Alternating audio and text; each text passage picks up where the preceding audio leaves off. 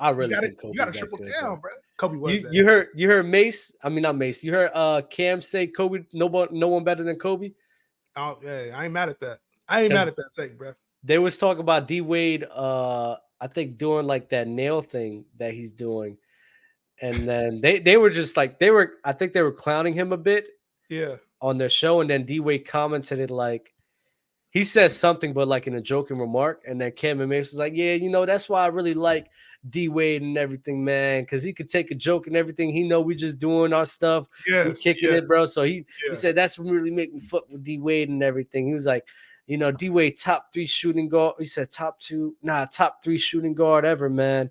He said nobody better than Kobe, not to me. I ain't mad at that. I ain't mad at that at all.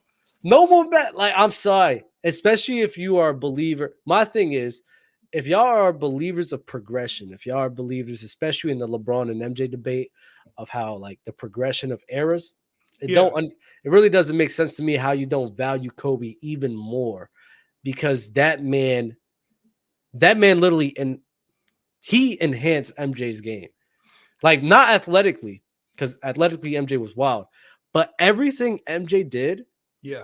I'm sorry, like fundamentally wise, Kobe did better. Got the 81, 60. As far as the scoring, right? We talked already about illegal defense and how we did it in that era, right? No illegal defense.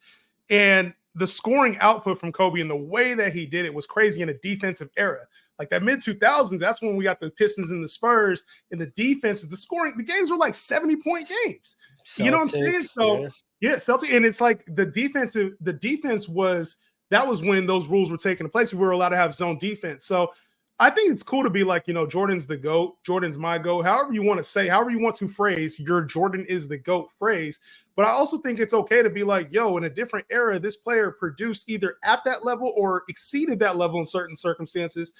He's a great player. So I think the one thing that disappoints me is when you say, Jordan is the GOAT, or you say LeBron's the GOAT, or you say Kobe's the GOAT. If you can't hear somebody else's opinion about why one of those three is the GOAT, then it's like, why are we talking basketball? If you're only going to tell me Jordan's the GOAT because he got 6 titles. So I'm like, okay, I can list off accomplishments and stats for LeBron as long as I want to.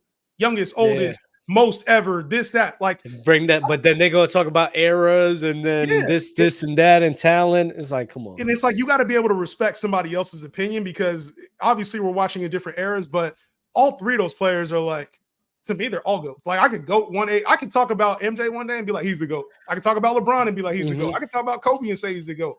But for me, I think that's one thing as sports fans is that we're always like, oh, it has to be this or that. And to me, it's like I can't define those three. Those three to me are just like the GOATs of their eras. Yeah, they're in my top 5.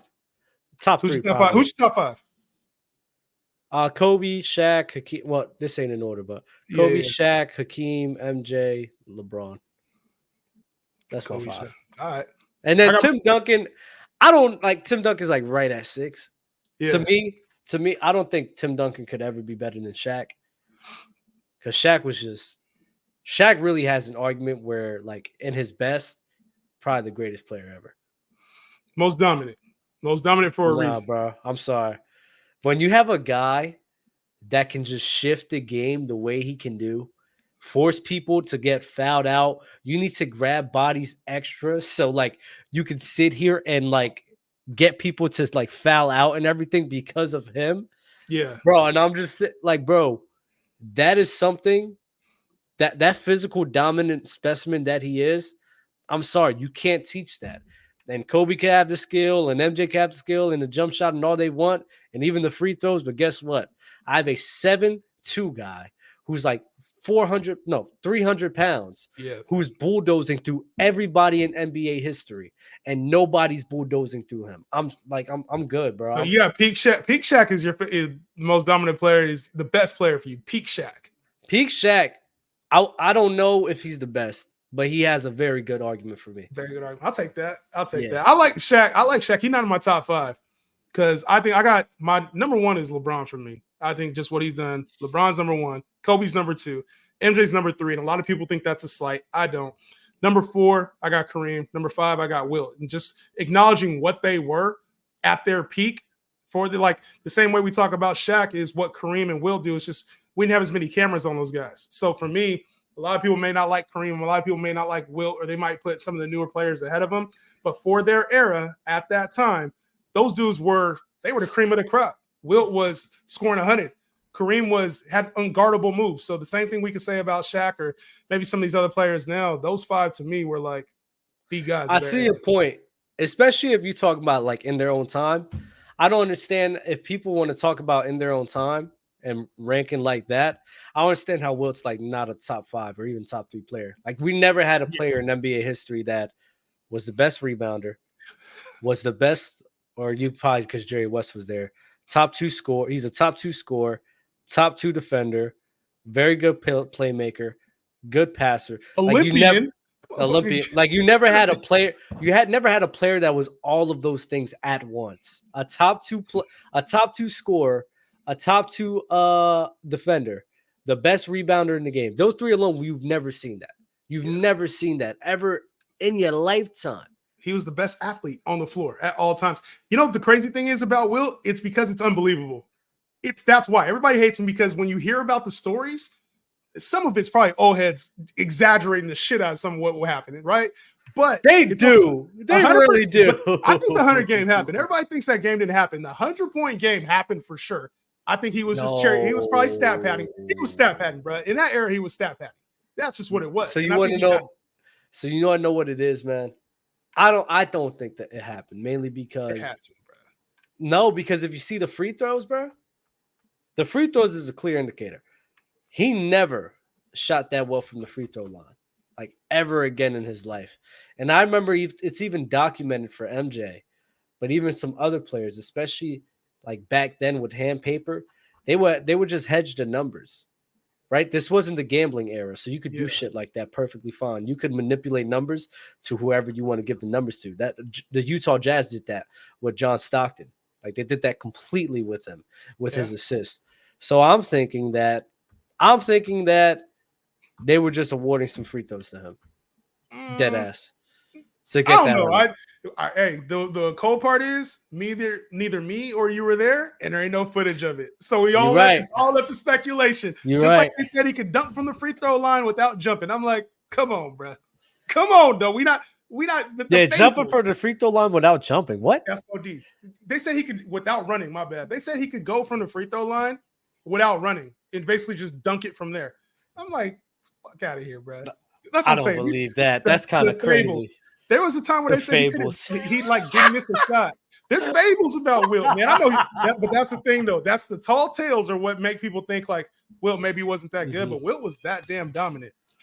Hey, let's get into Melo real quick. He said a couple things I want to talk about, but one of the biggest things he said was Melo declined to be the 4th option on 2011 Heat team.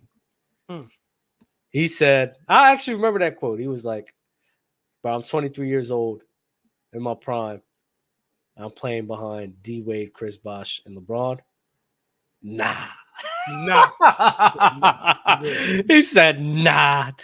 I don't like the sound of that.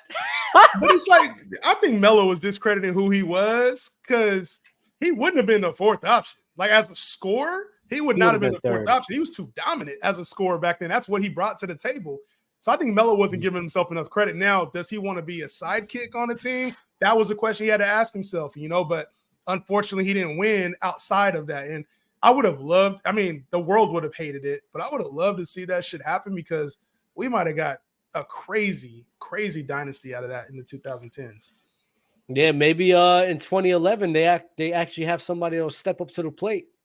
Oh, so let me not hate. Here we go. Here we go. Let me not hate real quick, bro. But it's crazy. It's crazy what could have been with Melo. A lot of things in Melo's career could have been drastically different. Go to where he was drafted, or some decisions he's probably made. So it's kind of crazy with Melo on how the outlook of his career could have been drastically different. How would you rank those 4, though? How would you rank those 4? So if you had to rank the 4, if Melo would have went to the Heat, how would you Melo was over Bosh. It was LeBron, D Wade, and then Melo. LeBron, D Wade, Melo. You think Yeah. at some point, remember how D Wade and Bosh kind of fell off towards the end of that little run there? You think Melo would have been able to carry that team and still have me in the championship? Hell yeah. Yeah. I mean, Chris Bosh was doing it. Chris Bosh, well, not I don't know about championship, but Chris Bosh was doing it before he got the blood clots. Like he was hooping for them, and D Wade was still on the crew. So if D Wade, Melo, and Bosh was there, there's without a doubt. But the thing is, Melo was getting hurt at that time. So with him being hurt, then that probably is not going to happen. But I mean, healthy, I think hell yeah, they would have done a lot together. And he also said this. He also said this about Anthony Edwards and Jason Tatum. This man Melo funny as fuck. What do you say? I didn't see this quote. Yeah, he said, and I quote, "Yeah, Anthony Edwards better than Jason Tatum to me, man, because Anthony Edwards got the aura that Jason Tatum doesn't got. Jason He been Tatum hanging out with doesn't the got that youngins aura, too much. bro. I'm like, get the fuck. I said, Melo, bro. He been hanging out with the youngins too much. He said the aura.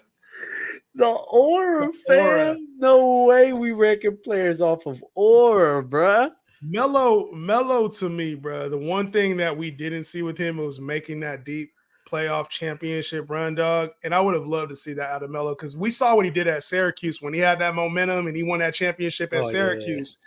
To see a player like Melo get hot is what you want to see in the playoffs, bro. And it's like, unfortunately, we didn't get to see that in the finals. That would have been crazy to see him. Mm-hmm.